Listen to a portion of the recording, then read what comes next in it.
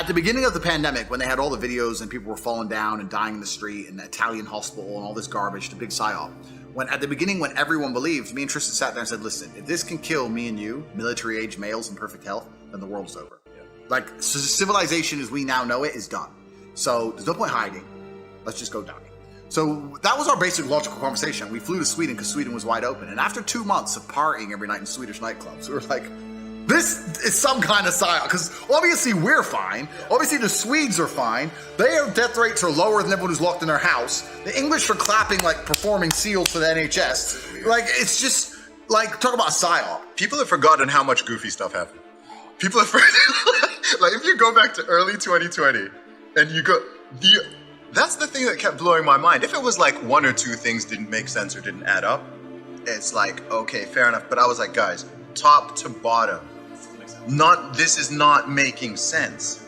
And then you remember summer 2020 and, tens of thousands of people out protesting. Yeah. Even the health officials declared that, well, racism's a bigger pandemic than the virus. And these protests don't spread the virus. These protests do spread the virus.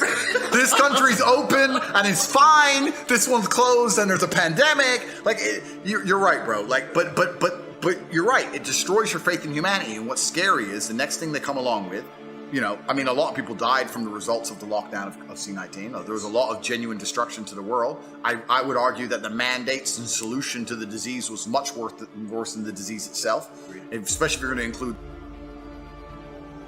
But the next thing they come along with, people are going to slave mine their way into it.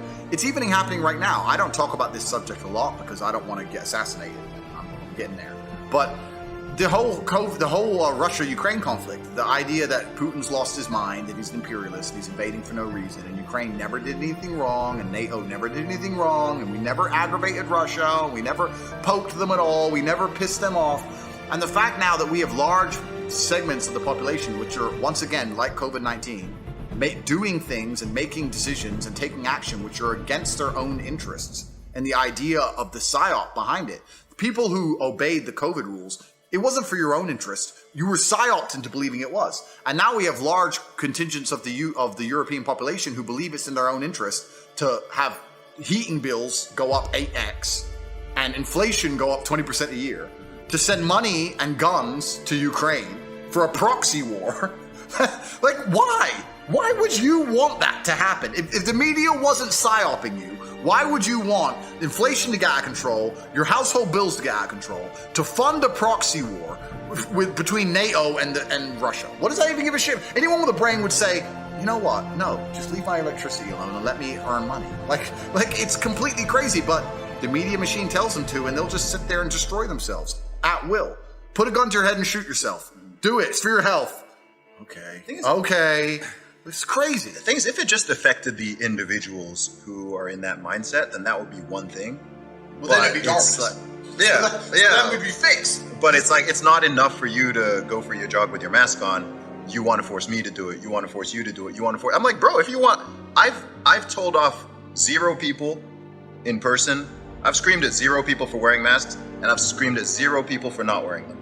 I've attacked 0 people for taking the shot. I've attacked 0 people for.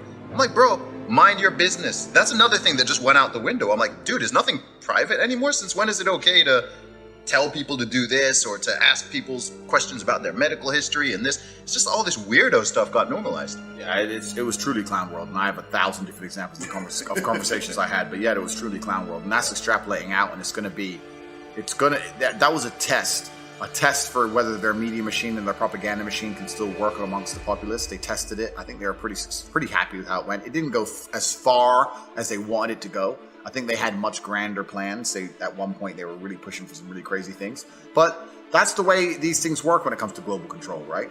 You push till you get to the point where you realize you can't push anymore. The people won't accept it. You give 98% of it back, and then you gain 2%, and you continue to do it on and on and on.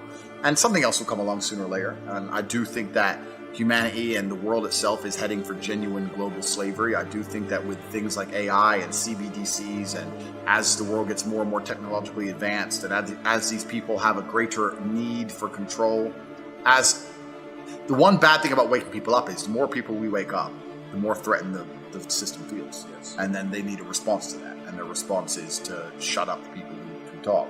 So It's getting interesting, but I think our children's children will live in a world which is very different from our own, and I don't think it'll be more free. I could only argue it would be the opposite. I think it's going to be a lot less free. I think it's going to be a lot more difficult to do anything. All social mobility is going to be destroyed. It's going to be an interesting planet.